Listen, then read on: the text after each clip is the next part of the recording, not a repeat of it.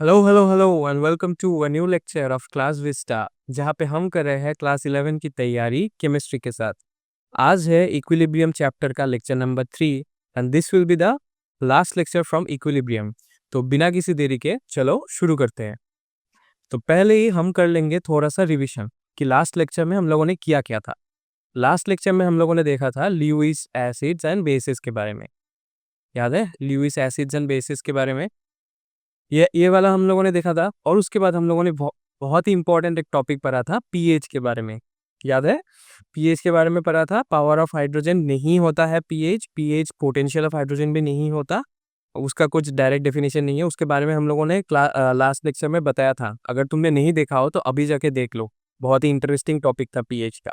और लास्ट हम लोगों ने एक किया था सोल्यूबिलिटी एंड सोल्यूबिलिटी प्रोडक्ट के बारे में।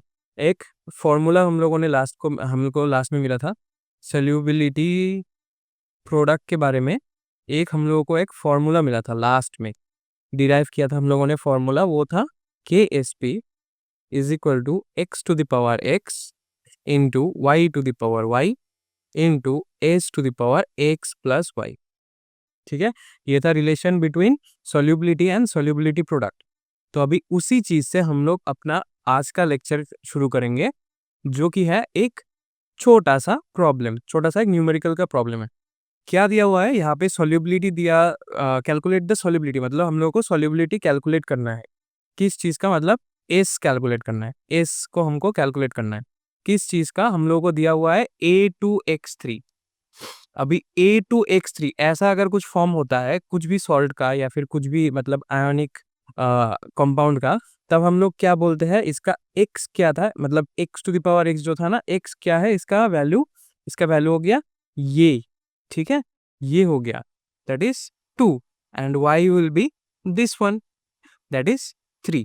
तो यहाँ पे x का वैल्यू है 2, y का वैल्यू है 3। अभी हम लोगों को फॉर्मूला पता है। फॉर्मूला क्या था? अभी इसको चलो यहाँ पे रख देते हैं। अभी हम लोग को एक फॉर्मूला पता था। क्या था? K S P is equal to X to the power X into Y to the power Y into S to the power X plus Y. अभी हमको ये एस को हम लोगों को निकालना है। क्या बन जाएगा? के एस पी का वैल्यू दिया हुआ है, देखो। Assume that neither kind of ions react with water. Obviously इसको हम लोगों को एज्यूम करना ही पड़ेगा। The solubility product of A2X3 is 1.1 into 10 to the power minus 23। 1.1 into 10 to the power minus 23 is the solubility product. X का value कितना है? एक्स का वैल्यू है 2। X to the power X मतलब 2 to the power 2 into Y to the power Y मतलब 3 to the power 3 into S to the power 2 plus 3। S तो निकालना है तो एस को एस ही रखते हैं। एक्स प्लस वाई मतलब 2 प्लस 3 हो गया। अभी इसको तो कैलकुलेट करो। 1.1 into 10 to the power minus 23, ये कितना बन गया? 2 square 4, 4 and 3 cube is 27। 4 into 10 7 that is 108। Okay, 108 as to the power 5। ठीक है, एस टू द पावर 5। अभी इसको हम लोग क्रॉस मल्टीप्लाई कर देंगे, मतलब डिवीजन हो जाएगा। तो एस टू द पावर 5 क्या बन जाएगा? 1.1 into 10 to the power minus 23 divided by 108। ठीक है, इसको तुम अगर कैलकुलेट करोगे तो कुछ ऐसा आएगा। एस का वैल्यू उधर चला, मतलब एस टू द पावर 5 मतलब उधर चला जाएगा।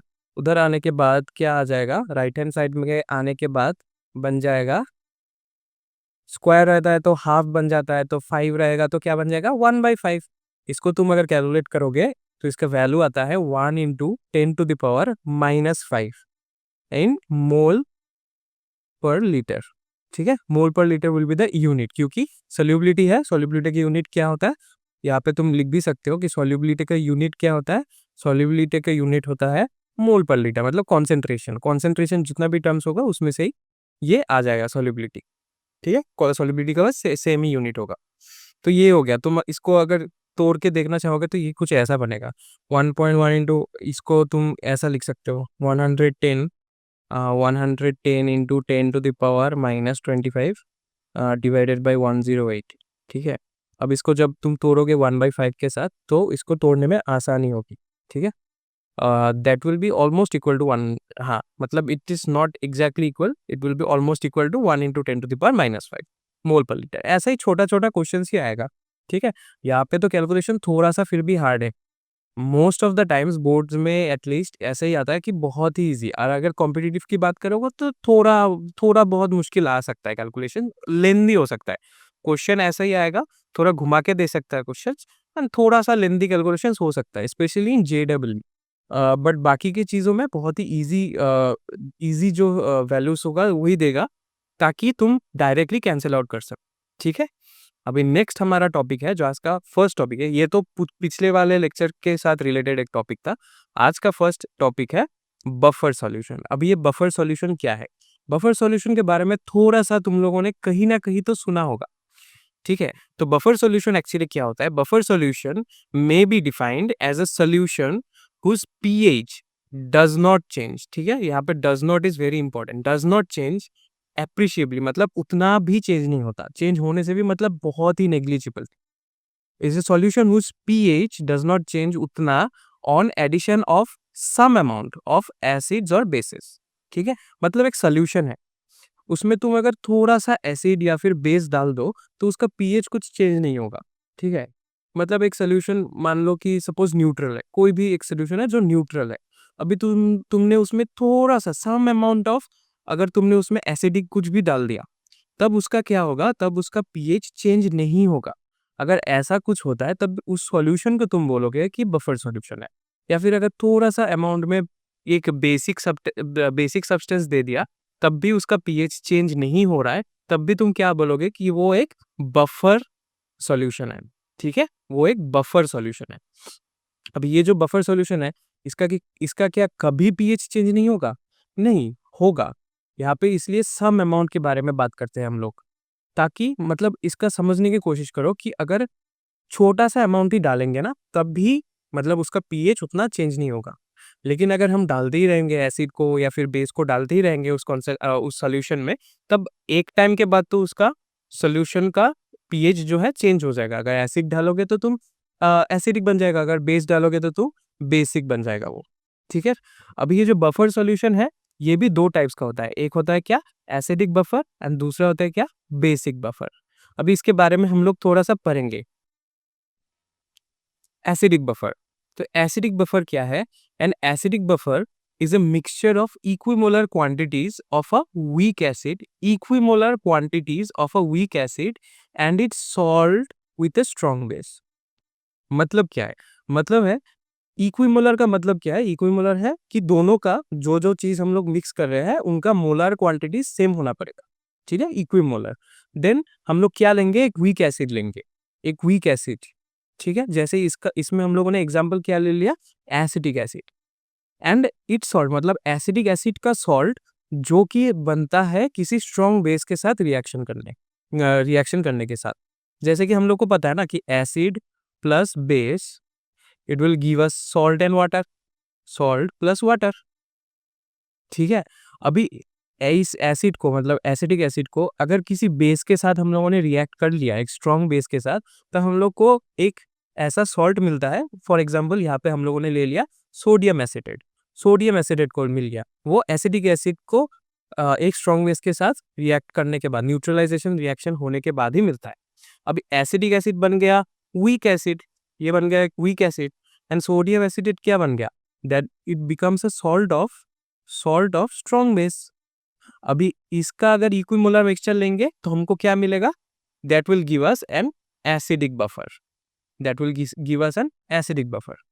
सिंपल, सिंपल सा ही फंडा है। ठीक है, एसिडिक बफर का एक अगर हम बनाते हैं, उसमें क्या मिलता है? उसमें क्या रहता है? Equimolar quantities of a weak acid, and उसी वीक एसिड का एक स्ट्रॉन्ग बेस के साथ जो सॉल्ट बनता है, उस सॉल्ट को लेंगे, वीक एसिड को लेंगे, मिक्स कर देंगे इक्विमोलर क्वांटिटीज में, एसिडिक बफर मिल जाएगा। एंड सिमिलरली बेसिक बफर क्या होता है? बेसिक बफर में एक इक्विमोलर मिक्सचर होता है, किसका? वीक बेस का, एंड उसी वीक बेस का सॉल्ट जो कि बनता है स्ट्रॉन्ग एसिड के साथ रिएक्शन करने के बाद। यहाँ पे हम लोगों ने वीक बेस के तौर पे ले लिया है अमोनियम हाइड्रोक्साइड को, ये है वीक बेस। और इसी अमोनियम हाइड्रोक्साइड को अगर एक तुम स्ट्रॉन्ग एसिड के साथ, for example HCl hydrochloric acid के साथ अगर तुम रिएक्ट करते हो, तो तुम्हें क्या मिलता है? Ammonium chloride.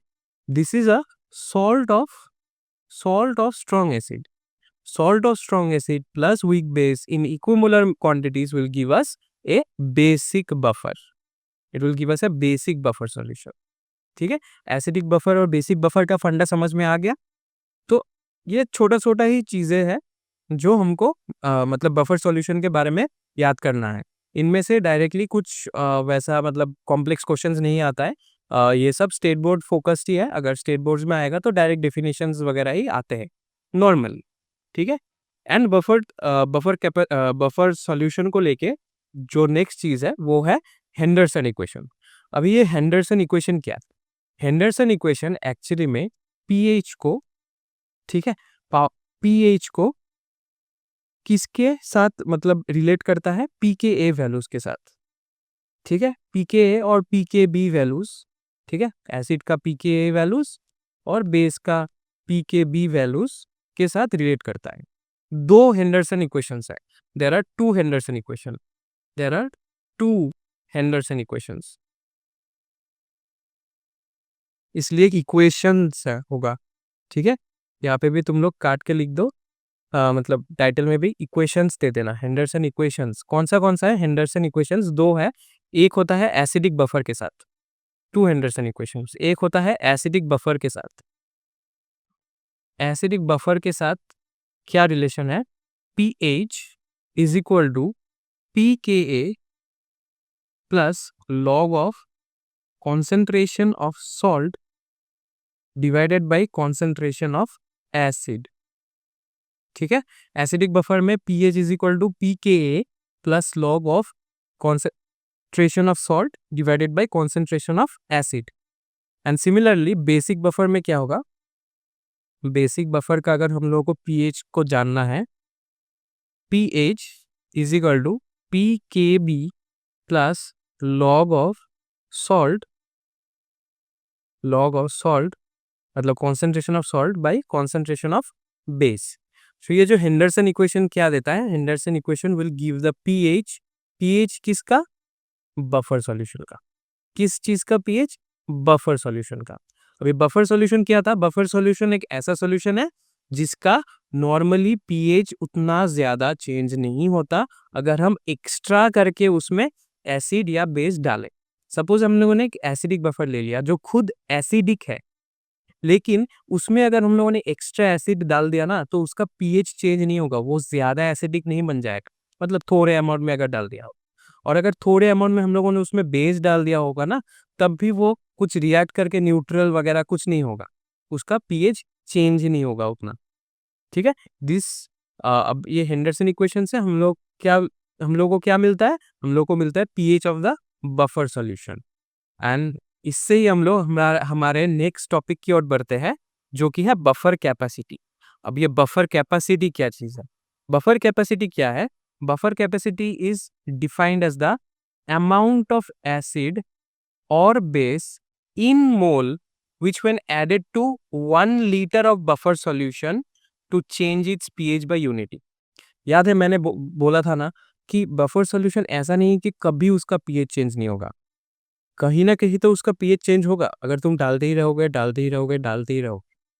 ठीक है, तो जब 1 लीटर तुम लोगों ने अगर बफर सॉल्यूशन ले लिया, सपोज तुमने क्या किया, एक बीकर में तुम लोगों ने 1 लीटर बफर सॉल्यूशन ले लिया, 1 लीटर बफर सॉल्यूशन ले लिया। अब इसमें तुमने थोड़ा सा मतलब सपोज कुछ मोल्स डाला, 1 मोल डाला। ठीक है, 1 मोल और समथिंग एसिड या बेस डाला। ठीक है, अभी उसका पीएच था सपोज कुछ 6 मान लो। ठीक है, 6 पीएच था उसका, एसिडिक था, स्लाइटली एसिडिक, मतलब एसिडिक बफर था। अभी एसिडिक बफर में तुमने क्या डाल दिया? 1 मोलर ऑफ अनदर एसिड। ठीक है, तो उसका क्या हो, नॉर्मली क्या हो जाना चाहिए? उसका पीएच चेंज हो जाना चाहिए। लेकिन ये क्या है? ये बफर सॉल्यूशन है जिसका पीएच उतना ज्यादा चेंज नहीं होता, अप्रिशिएबली चेंज नहीं होता सम अमाउंट में। तो तुमने पहले 1 मोलर डाला, तुमने फिर से एक और मोलर डाला, मतलब 2 मोलर्स डाला इन टोटल, फिर भी चेंज नहीं हुआ।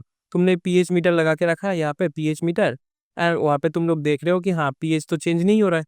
अगर तुमने फिर से और एक मोल डाला, 3 मोल्स डाला, फिर भी चेंज नहीं हुआ। तुमने सपोज 4 मोल्स डाला, उसका थोड़ा चेंज हो गया, मतलब 6 पॉइंट नहीं, मतलब 5.5 आ गया। ठीक है, एसिड डाला है ना तो कम होता जाएगा। अगर कम होता जा रहा है मतलब एसिडिक की तरफ बढ़ रहा है, 5.5 को 5.5 तक आ गया, हमें 5.5 नहीं चाहिए, हमें 1 घटाना है। क्या बोला है यहाँ पे, 1 litre buffer solution to changes pH by unity, मतलब 1 यूनिट आइदर इंक्रीज करो, 1 यूनिट इंक्रीज और डिक्रीज। ठीक है, मतलब पहले हमारे पास क्या था, 6 था ना, तो हमें एटलीस्ट 5 तक पहुंचना है। कितना मोल चाहिए उसमें, सपोज 3 मोल डाला, फिर 5.5 तक आया। सपोज तुमने 4 मोल डाल दिया और उसका सोल्यूशन का पीएच बन गया 5।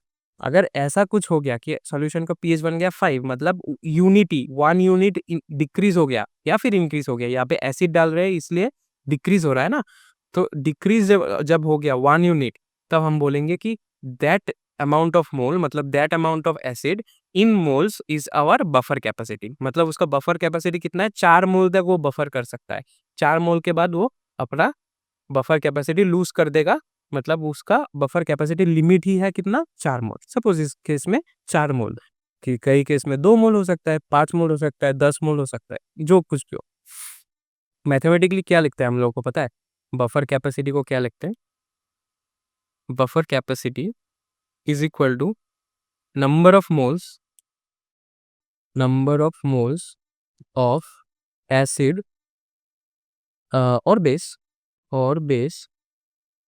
Added per litre divided by change in pH, divided by change in pH. This is our buffer capacity का वैल्यू। ठीक है, कितना चेंज हो रहा है पीएच में, तभी हम लोग बोलेंगे बफर कैपेसिटी। ठीक है, अभी नेक्स्ट क्या है, नेक्स्ट है कॉमन आयन इफेक्ट। अब ये कॉमन आयन इफेक्ट क्या है, कॉमन आयन इफेक्ट के बारे में थोड़ा सा डेफिनेशन में देखो। कॉमन आयन इफेक्ट क्या है, कॉमन आयन इफेक्ट है the effect due to which ionization of a weak electrolyte is further suppressed when a salt of a strong electrolyte having a common ion is added to it। मतलब क्या है, बहुत सारा मतलब technical terms आ गया ना, इसको सिंपल भाषा में समझते हैं। ठीक है, सपोज हमारे पास एक बीकर है, ठीक है, एक बीकर है, उसमें हम लोगों ने डाल दिया सपोज एक वीक एसिड। ठीक है, वीक एसिड मतलब क्या डाल दिया, सपोज CH3CH ये डाल दिया, वीक एसिड थोड़ी देर पहले पढ़ा है ना हम लोगों ने, CH3CH डाल दिया।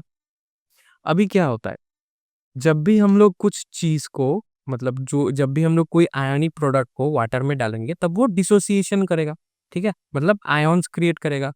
नॉर्मली ये क्या डिसोसिएट होना चाहिए, CH3COO negative and H positive, ये दोनों आयन्स में इसको डिसोसिएट कर जाना चाहिए नॉर्मली। लेकिन ये क्या है, ये वीक इलेक्ट्रोलाइट है। ठीक है, वीक इलेक्ट्रोलाइट इतना ज्यादा डिसोसिएट नहीं कर पाता। ठीक है, तो उसका ऑलरेडी डिसोसिएशन सप्रेस रहता है, उसका डिसोसिएशन का कैपेसिटी थोड़ा कम होता है, उतना ज्यादा डिसोसिएट कर ही नहीं पाता इनहेरेंटली। ठीक है, अभी सपोज मान लो उसमें हम लोगों ने एक और चीज डाल दिया, that is the salt of a strong electrolyte having a common ion. मतलब एक ऐसा इलेक्ट्रोलाइट का सॉल्ट डाल दिया जिसमें कॉमन आयन है। फॉर एग्जाम्पल हम लोगों ने डाल दिया सोडियम एसिटेट डाल दिया। सोडियम एसिटेट मतलब याद है ना, बफर सॉल्यूशन बनाने के टाइम में हम लोगों ने यूज किया था CH3COO this is a salt, obviously तब भी हम लोगों ने ये डिस्कस किया, this is a salt of a strong electrolyte. ठीक है, अभी ये जो सॉल्ट करेगा वो क्या करेगा, अभी ये क्या है, ये salt of a strong electrolyte is itself very strong. इसका जो डिसोसिएशन होगा, ये जो डिसोसिएशन होगा CH3COO negative plus Na positive, ये जो डिसोसिएशन होगा, ये जो आयोनाइजेशन होगा, that will be very fast, that will be very fast.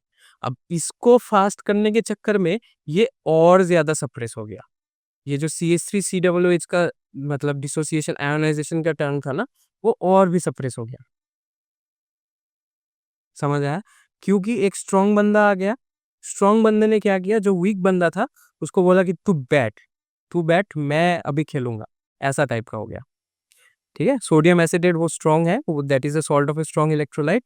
उसने क्या किया, जो वीक इलेक्ट्रोलाइट है CH3COOH उसको थोड़ा साइड में हटा दिया, वो खुद बैटिंग करने के लिए आ गया।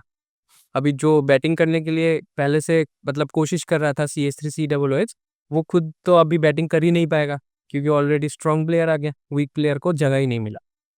ठीक है, तो अभी आपको भी पढ़ाई करके ये स्ट्रांग प्लेयर बनना है, आपको भी स्ट्रांग प्लेयर बनना है कि ठीक है तुमसे ना हो पा रहा न्यूमेरिकल्स, हम करके दिखाएंगे।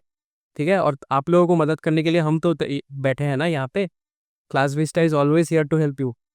कुछ भी दिक्कत हो, कुछ भी प्रॉब्लम्स हो, Class Vista is here to help you.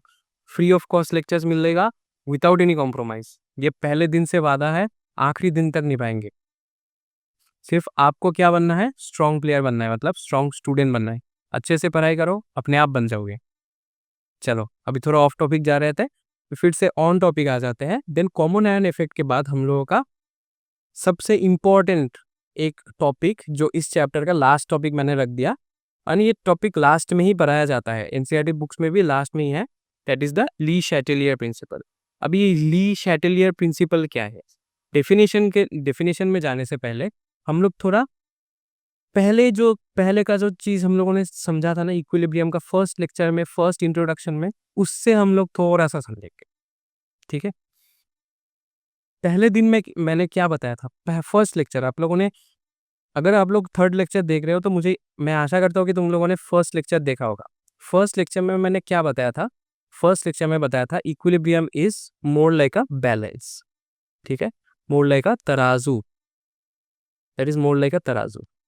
ठीक है, अभी तराजू में हम लोग तुम लोगों ने देखा होगा, तराजू में जब कुछ नापते हैं तो एक साइड में क्या देता है, हम लोग जो नाप रहे हैं, सपोज तुम कुछ खरीदने जा रहे हो, तुम लोग थोड़ा राइस खरीदने जा रहे हो, तो राइस जो है वो इधर जाएगा, एंड तराजू के उस साइड में क्या जाएगा, तराजू के उस साइड में वेट्स जाएगा जो बना हुआ होता है, 1 kg, सपोज 1 kg का एक वेट जाता है, एंड राइस उसमें हम लोग डालते हैं, वगैरह वगैरह। ठीक है, तुम्हें पता है।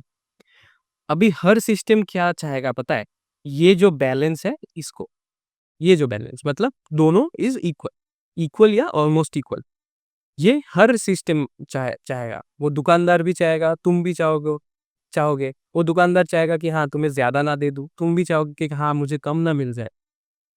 तो इन chemical equations also same things happen. Suppose अगर मैंने यहाँ पे एक केमिकल इक्वेशन कर रहा हूँ इस साइड में, लेफ्ट साइड में, मतलब यहाँ पे लेफ्ट साइड मतलब तराजू वाला कुछ कॉन्सेप्ट नहीं है, मतलब यहाँ पे समझो कि अगर मैं कुछ केमिकल रिएक्शन कर रहा हूँ जो कि अभी इक्विलिब्रियम में पहुंच गया, सपोज ए एंड बी है, वो इक्विलिब्रियम में बन गया C+D। ठीक है, अभी सपोज फॉर एग्जाम्पल अगर मैंने यहाँ पे ऐसा कुछ चेंज कर दिया, इस साइड में, मतलब रिएक्टेंट साइड में चेंज कर दिया, सपोज टेम्परेचर यहाँ पे मैंने बढ़ा दिया। अगर टेम्परेचर मैंने यहाँ पे बढ़ा दिया तो क्या करेगा, प्रोडक्ट साइड जो है, सिस्टम क्या करेगा, सिस्टम विल वांट कि जो प्रोडक्ट साइड है उसमें टेम्परेचर घट जाए, ताकि ओवरऑल जो टेम्परेचर है वो फिर से बैलेंस बना रहे। ठीक है, तुमने अगर सपोज A+B में कॉन्सेंट्रेशन बढ़ा दिया तो वो क्या करेगा, C+D भी चाहेगा कि जल्दी से जल्दी A+B का कॉन्सेंट्रेशन को हम लोग काउंटर करते हैं, काउंटर इंटुइटिव काम चलेगा। ठीक है, मतलब काउंटर करेगा एक दूसरे को, ताकि एक डायरेक्शन में इक्विलिब्रियम शिफ्ट ना हो, ताकि सपोज इक्विलिब्रियम का मतलब क्या है, दोनों बैलेंस में है, इक्विलिब्रियम को तोड़ा ना जाए, ये कोशिश रहेगा सिस्टम का हर वक्त।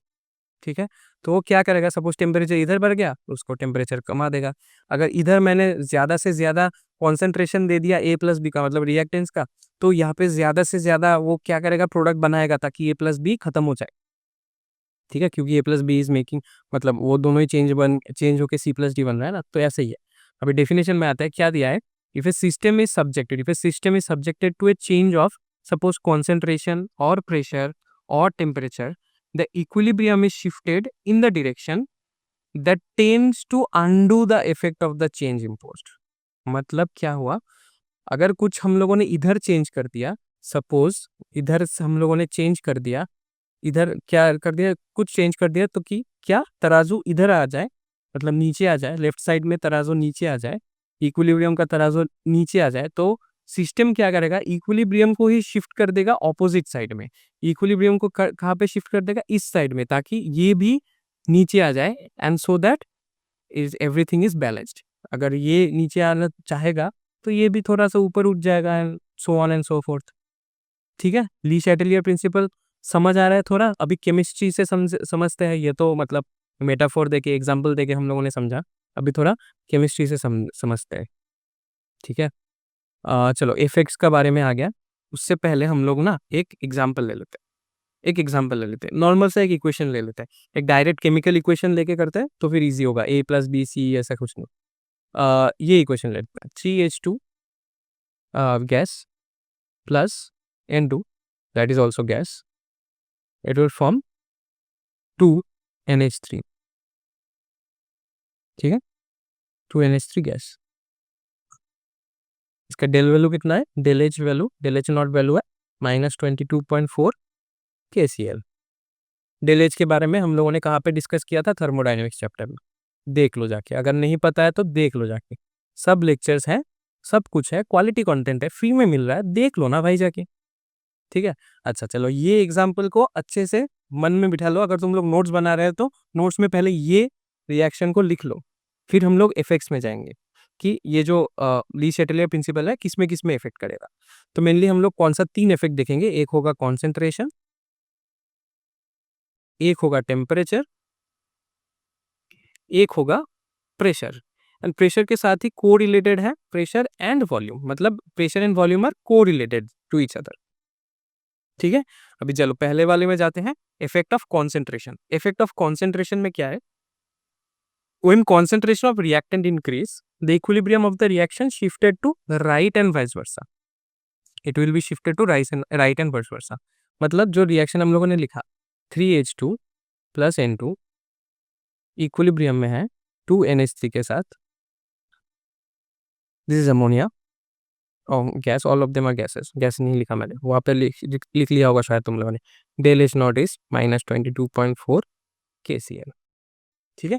यहाँ पे क्या बोला है, when concentration of reactant increases, मतलब रिएक्टेंट ये जो पार्ट है, this is the reactant part, अभी ये अगर इंक्रीज कर दिया हम लोगों ने, मतलब ज्यादा रिएक्टेंट डाल दिया, कॉन्सेंट्रेशन बढ़ा दिया अगर हम लोगों ने एक्सटर्नल से या फिर कुछ किसी चीज से हम लोगों ने बढ़ा दिया, ठीक है, ऐड करके बढ़ा दिया, तब क्या हो जाएगा, the equilibrium of the reaction shifted to right, मतलब the equilibrium will be more shifting towards right. क्यों, क्योंकि ज्यादा प्रोडक्ट्स फॉर्म होंगे। क्यों ज्यादा प्रोडक्ट्स फॉर्म होंगे, क्योंकि टेंडेंसी क्या रहेगा सिस्टम का, कि अगर हाइड्रोजन और नाइट्रोजन है वो अलग अलग रहने से क्या बनाना पड़ेगा हमको, मुझे क्या बनाना पड़ेगा, मतलब सिस्टम को क्या मतलब ख्याल आ रहा है, सिस्टम को ख्याल आ रहा है कि हाँ हाइड्रोजन है नाइट्रोजन है, मुझे क्या बनाना है, एमोनिया बनाना है। और अगर यहाँ पे ज्यादा हाइड्रोजन और ज्यादा नाइट्रोजन आ गया तब क्या करेंगे, उसको इंडिविजुअली ना रख के चलो उसको एमोनिया बना देते हैं। अगर एमोनिया बना दिया तभी तो उसका कॉन्सेंट्रेशन कम हो जाएगा, है ना। पहले अगर सपोज 10 हाइड्रोजन था, 10 नाइट्रोजन था, 5 सपोज एमोनिया है, उसमें अगर मैंने सपोज 15 दे दिया एंड 15 नाइट्रोजन बना दिया, और सपोज यहाँ पे स्टोइशियोमेट्रिकली दिस इज नॉट करेक्ट, ठीक है, सिर्फ मैं समझाने के लिए समझाने के लिए ये सब लिख रहा हूँ, ठीक है। स्टोइशियोमेट्रिकली यहाँ पे 30 होगा, यहाँ पे 10 वगैरह वगैरह, दिस विल बी यहाँ पे 30, this will be 20, 30 this 10, this will be 20, ठीक है। अगर ऐसा है स्टोइशियोमेट्रिकली करेक्ट ही लिख रहा हूँ, चलो 30 10 एंड 20 अगर है, और अगर मैंने यहाँ पे थोड़ा 5 इंक्रीज कर दिया तो 35 इंक्रीज कर दिया, एंड मतलब 20 कितना था, 10 था तो 15 बना दिया, इसको अगर मैंने 15 बना दिया तो क्या करेगा सिस्टम, क्या करेगा, थोड़ा ज्यादा बना लेते हैं, थोड़ा ज्यादा H2 और N2 को रिएक्ट करा देते हैं, ताकि यहाँ पे उसका जो जितना भी प्रोडक्ट है उसका थोड़ा इंक्रीज हो जाए, एंड यहाँ पे जो उसका जितना भी कॉन्सेंट्रेशन ऑफ रिएक्टेंस था वो थोड़ा डिक्रीज हो जाए, and give back balance to 30 10 and 20, ठीक है। उसका टेंडेंसी रहेगा कि जो 5 एक्स्ट्रा आया है ना उसको हम लोग खा जाए। कैसे खा जाएंगे, प्रोडक्ट बना के खा जाएंगे, सिंपल। प्रोडक्ट तभी ज्यादा बनेगा जब कॉन्सेंट्रेशन ऑफ रिएक्टेंट ज्यादा हम लोग यूज करेंगे। ज्यादा क्यों यूज कर रहे हैं, ताकि इक्विलिब्रियम उधर शिफ्ट हो जाए and more products will be form. अगर हम लोगों ने रिएक्टेंट का कॉन्सेंट्रेशन बढ़ा दिया, more products will be form, ठीक है, समझ आ रहा है, equilibrium will shift to the right, more products will be form. Similarly next is effect of temperature. Effect of temperature में क्या होता है, देखो लिखा हुआ है कि द हाई टेम्परेचर अगर होता है that will favour the endothermic reaction, and जो लो टेम्परेचर रहता है that will favour the exothermic reaction, ठीक है। अब क्या हुआ, सपोज हम लोगों ने जो एग्जांपल लिया था 3H2 plus N2 equilibrium 2NH3। Del H naught कितना है? Del H naught is -22.4 KCl। अभी डेल एच नॉट माइनस होने से मतलब क्या है? डेल एच नॉट अगर माइनस है उसका मतलब है दिस रिएक्शन इज एक्सोथर्मिक। मतलब अगर हमें ज्यादा ज्यादा अमाउंट में क्या चाहिए, ज्यादा अमाउंट में अगर प्रोडक्ट चाहिए, ये क्या बन गया? ज्यादा अमाउंट में अगर हम लोगों को प्रोडक्ट चाहिए, ये क्या है? This is the forward reaction. मतलब प्रोडक्ट बनाने का रिएक्शन में del H naught is minus, मतलब नेगेटिव में है, दैट इज एक्सोथर्मिक। अगर एक्सोथर्मिक है उसमें क्या टेम्परेचर फेवर करेगा? That will favour by low temperature. That will favour by low temperature. तो इसी सिस्टम में अगर हम लोगों ने लो टेम्परेचर डाल दिया, मतलब लो टेम्परेचर कंडीशन रख दिया, तो क्या बन जाएगा? More ammonia will be product, more ammonia product बन जाएगा, मोर प्रोडक्ट आ जाएगा। और अगर सपोज इसी सिस्टम का अगर हम लोगों ने इसका टेम्परेचर बढ़ा दिया, हाई टेम्परेचर कर दिया, इसी सिस्टम का अगर हाई टेम्परेचर कर दिया, तब क्या बन जाएगा? तब रिएक्टेंस ज्यादा हो जाएगा। ठीक है, more will be the reactants, more will be the reactants. तब equilibrium will shift to the left. अभी equilibrium is shifting to the right in low temperature condition, क्योंकि ऑलरेडी उसमें एक्सोथर्मिक है ना। एक्सोथर्मिक में मतलब हीट रिलीज हो रहा है, हीट वहाँ पे ज्यादा है, प्रोडक्ट साइड में हीट रिलीज हो रहा है, वहाँ पे ज्यादा है, उसमें और गर्मी नहीं चाहिए, उसमें थोड़ा ठंडी चीज चाहिए, उसमें थोड़ा लो टेम्परेचर चाहिए, ताकि बैलेंस बना रहे, ताकि वो इक्विलिब्रियम बना रहे। ठीक है, अगर ठंडा दे दिया तो वो एक्सोथर्मिक रिएक्शन को बैलेंस कर देगा। ठीक है, इन दिस केस अगर मोर एमोनिया कब फॉर्म होगा? जब टेम्परेचर इज लो, क्योंकि low temperature favours exothermic reaction. समझ आया? समझ आया तो नेक्स्ट टॉपिक की ओर चलते हैं, इफेक्ट ऑफ प्रेशर। यहाँ पे मैंने सिर्फ एक लाइन लिखा है, क्योंकि यहाँ पे मुझे थोड़ा सा आपको एक्सप्लेन करना पड़ेगा। ठीक है, यहाँ पे मैंने इन चीज़ों में तो बहुत सारा एक्सप्लेनेशन ऑलरेडी दे ही दिया था, effect of concentration, effect of temperature में। लेकिन इफेक्ट ऑफ प्रेशर में मैंने कुछ ज़्यादा कुछ नहीं लिखा, सिर्फ कुछ समझाने के लिए, मतलब क्योंकि एक्सप्लेनेशन पार्ट ज़्यादा है इसमें। तो इफेक्ट ऑफ प्रेशर क्या होता है? इफेक्ट ऑफ प्रेशर में डायरेक्टली प्रेशर का कोई इफेक्ट नहीं रहता। ठीक है, डायरेक्टली प्रेशर का कोई इफेक्ट नहीं रहता। एक्चुअली में क्या होता है, देखो मैंने यहाँ पे वही लिखा है, pressure has no effect where there is no change in volume. मतलब प्रेशर का इफेक्ट तभी लगेगा जब वॉल्यूम का इफेक्ट भी लगेगा। ठीक है, अभी याद रखना, अगर प्रेशर जब किसी चीज का इंक्रीज होता है, तब उसका वॉल्यूम डिक्रीज होता है। ठीक है, तब उसका क्या होता है? Volume will be decreased. Simple है। देखा है ना कभी भी वो पिस्टन देखा है? पिस्टन यहाँ पे लगाया हुआ होता है, ऐसा कुछ चीज। सपोज यहाँ पे एयर मॉलिक्यूल से पकड़ लो, इसका नॉर्मली ये वॉल्यूम है। अगर मैंने उसमें प्रेशर ज्यादा कर दिया, सपोज यहाँ तक लाया ले आया, ठीक है, तब क्या हो जाएगा? उसका वॉल्यूम कम हो जाएगा ना। तब उसका वॉल्यूम कम हो गया ना, तो प्रेशर इंक्रीज हो गया तो वॉल्यूम कम हो जाएगा। और अगर वॉल्यूम कम हो जाएगा, then the number of moles of substances will be increased. ठीक है, अब जो हाई प्रेशर होगा वो क्या करेगा? वो high pressure will be favoured by reactions involving decrease in volume. Obviously high pressure अगर हो रहा है तो डिक्रीज इन वॉल्यूम होगा, that is the increase in number of moles. ठीक है, increase in number of moles. अभी क्या होगा? सपोज मैंने वो जो रिएक्शन लिखा था, क्या लिखा था? 3H2 plus N2 equilibrium 2NH3। ठीक है, अब सपोज इसमें इसमें मैंने क्या कर दिया? इसमें प्रेशर इंक्रीज कर दिया, इधर में प्रेशर को मैंने इंक्रीज कर दिया। अगर इस साइड में हम लोगों ने प्रेशर को इंक्रीज कर दिया, तो क्या बन जाएगा? ज्यादा क्या बन जाएगा? एमोनिया बन जाएगा। Equilibrium will be shifted this side. क्यों? क्यों पता है? देखो, pressure increase, volume decrease, number of moles increase. ठीक है, मतलब देखो यहाँ पे कितना है number of moles? 3 plus 1 that is equal to 4। 4 is the number of moles, और यहाँ पे नंबर ऑफ मोल्स कितना है? 2। ठीक है, तो नंबर ऑफ मोल्स को इंक्रीज करना है, 4 के साथ बैलेंस करना है। कब बैलेंस होगा? जब ज्यादा एमोनिया फॉर्म होगा। ज्यादा एमोनिया कब फॉर्म होगा? जब वो इधर शिफ्ट करेगा। ठीक है, तो प्रेशर इंक्रीज करने से इधर शिफ्ट कर रहा है। सपोज प्रेशर को मैंने डिक्रीज कर दिया, तब वॉल्यूम इंक्रीज होगा, नंबर ऑफ मोल्स डिक्रीज होगा, and it will B backward. It will B backward facing. ठीक है, बैकवर्ड फेसिंग। और दो एग्जांपल के साथ समझते हैं।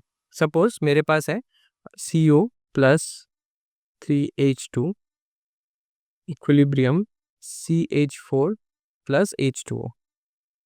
ये हो गया। अभी इसमें क्या है, देखो नंबर ऑफ मोल्स देखो, यहाँ पे 1 + 3 दैट इज 4 एंड यहाँ पे 1 + 1 दैट इज 2। अगर यहाँ पे मैंने प्रेशर इंक्रीज कर दिया, volume will decrease, number of moles will increase. 4 से 2 में जाने के लिए, मतलब 4 से 2 क्यों जाएगा, ताकि ज्यादा प्रोडक्ट्स हो, ताकि 4 को बैलेंस हो जाए। That will B equilibrium shift towards forward, equilibrium shift towards forward. ठीक है। सेम अगर मैं और एक एग्जांपल लूं, CaCO3। ठीक है, CaCO3 डिकम्पोज होता है CaO प्लस CO2 में। ठीक है, यहाँ पे क्या है, this is 1 and this is 1 + 1 2 moles. यहाँ पे 1 मोल एंड यहाँ पे 2 मोल। सो सपोज यहाँ पे अगर मैंने प्रेशर इंक्रीज कर दिया, वॉल्यूम डिक्रीज हो जाएगा, number of moles will increase and the equilibrium will shift to the backward direction. Backward direction क्यों? क्योंकि 2 है यहाँ पे और यहाँ पे 1 है, तो 1 को 2 के साथ बैलेंस करने के लिए क्या करना पड़ेगा, ज्यादा रिएक्टेंस को यूज करना पड़ेगा। ठीक है, मतलब रिएक्टेंस को बैलेंस करना, ज्यादा रिएक्टेंट यूज नहीं करना है। ठीक है, सॉरी, ज्यादा रिएक्टेंट हमें यूज नहीं करना है। अगर यूज हो जाता है तब तो वो बन जाएगा ना डिकम्पोज होकर CaO एंड CO2। अगर यहाँ पे हम लोग को रिएक्टेंस को बचा के रखना है ताकि उसका molar number of moles will be balanced with the products. ठीक है, this will be equilibrium shift towards backward. Equilibrium shift कहाँ पे हो रहा है, बैकवर्ड में।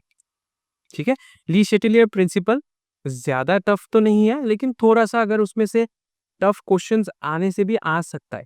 ठीक है, चलो मैं न्यूमेरिकल्स वाले वीडियो में थोड़ा सा ली शेटेलियर वाला प्रॉब्लम्स भी एक दो करा दूंगा। ठीक है, these are not direct numericals, यहाँ पे सिर्फ तुमको बताना है कि लेफ्ट साइड मूव करेगा, राइट साइड मूव करेगा, फॉरवर्ड इक्विलिब्रियम शिफ्ट करेगा या बैकवर्ड इक्विलिब्रियम शिफ्ट करेगा। लेकिन कभी कभार क्या होता है, जो इक्वेशंस दिया होता है वो थोड़ा सा हार्ड, मतलब थोड़ा सा टफ दे देते हैं, ताकि मतलब स्टूडेंट्स को थोड़ा सा मतलब प्रॉब्लम हो सकता है। ठीक है, ऐसा कुछ बराबर नहीं है, ये तो तुम्हें पता ही है। प्रेशर का तो अभी देखा, टेम्परेचर भी देख लिया कि एक्सोथर्मिक होने से एंडोथर्मिक होने से क्या होता है। एंड यहाँ पे कॉन्सेंट्रेशन का तो सिंपल फंडा है कि ज्यादा जहाँ पे होगा ऑपोजिट साइड में रिएक्शन ज्यादा होगा, ताकि इस साइड का रिएक्शन, मतलब लेफ्ट साइड में ज्यादा हो गया तो राइट साइड में रिएक्शन ज्यादा होगा, ताकि लेफ्ट साइड वाला थोड़ा कम हो जाए रिएक्शन के बाद। सिंपल है, सिंपल सा फंडाज है।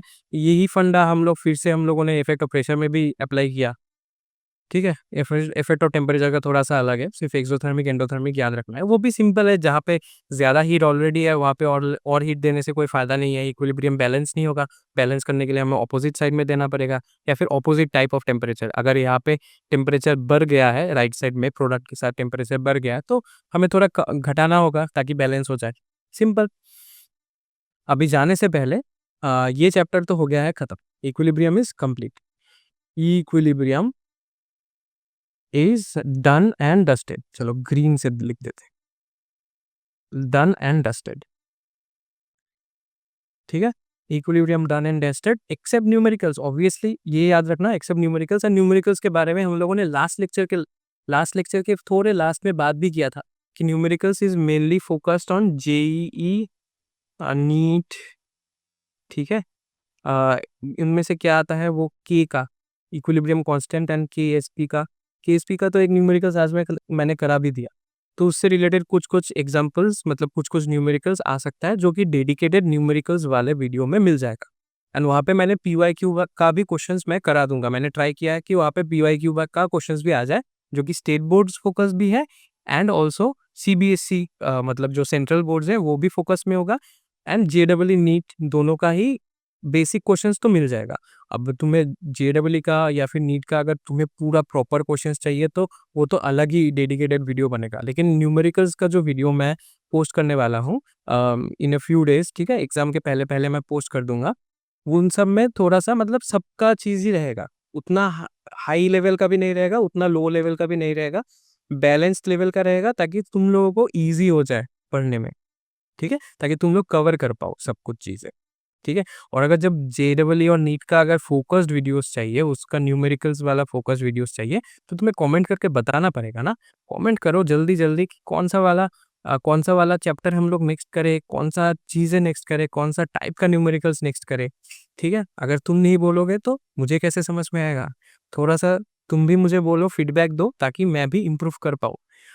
और जाने से पहले मैं बोल दूंगा कि इस लेक्चर के बाद इक्विलिब्रियम का लेक्चर नोट्स बना लो एंड रिवाइज करना शुरू कर दो, रिविजन्स करना शुरू कर दो, क्योंकि अब तो एंड ऑफ द ईयर आ ही गया है। दिसंबर के बाद there will be exam season. ठीक है, जनवरी, फरवरी, मे बी लेट मार्च, मतलब early March, most probably early March तक तो खत्म हो ही जाएगा 11 का।